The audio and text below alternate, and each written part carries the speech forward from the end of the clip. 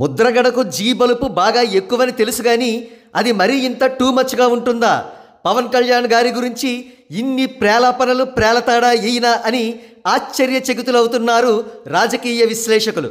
అసలు ముద్రగడ గారు జీ బలుపు ఎలా చూపించారు?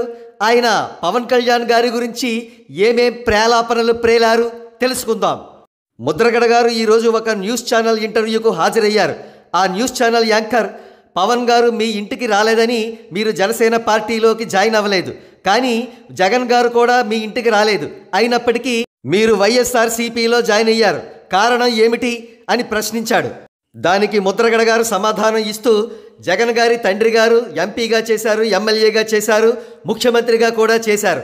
అదేవిధంగా జగన్ గారు కూడా ఎంపీగా చేశారు, ఎమ్మెల్యేగా చేశారు, ఇప్పుడు ప్రస్తుతం ముఖ్యమంత్రిగా చేస్తున్నారు. కాబట్టి వారు రాకపోయినా పర్వాలేదు, నేను వెళ్ళి జాయిన్ అయ్యాను అని చెప్పారు.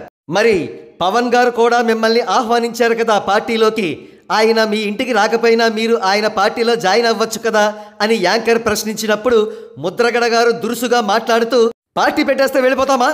ఆ పార్టీలో ఎవరున్నారు? ఎంపీనా ఎమ్మెల్యేనా అని ప్రశ్నించారు. వైఎస్ఆర్సీపీ వారు పెద్ద కుటుంబం కాబట్టి వారు ఆహ్వానించారు, వెళ్ళి జాయిన్ అయ్యాం అని ముద్రగడ ముగించారు. నీ బొచ్చులో రాయం కాదు, నీకు ఊడిగం చెయ్యాలని అంత ఉబలాటంగా ఉంటే వెళ్ళి ఆ పెద్ద కుటుంబంలోకే వెళ్ళి పాలేరు పని చేస్తావో, వంట పని చేస్తావో, పెంట పని చేస్తావో, ఏ పని కావాలంటే ఆ పని చేసుకో, మధ్యలో పవన్ కళ్యాణ్ గారిని ఎందుకు విమర్శిస్తావు అని సున్నితంగా సలహా ఇస్తున్నారు ముద్రగడ గారి ఫ్రెండ్స్.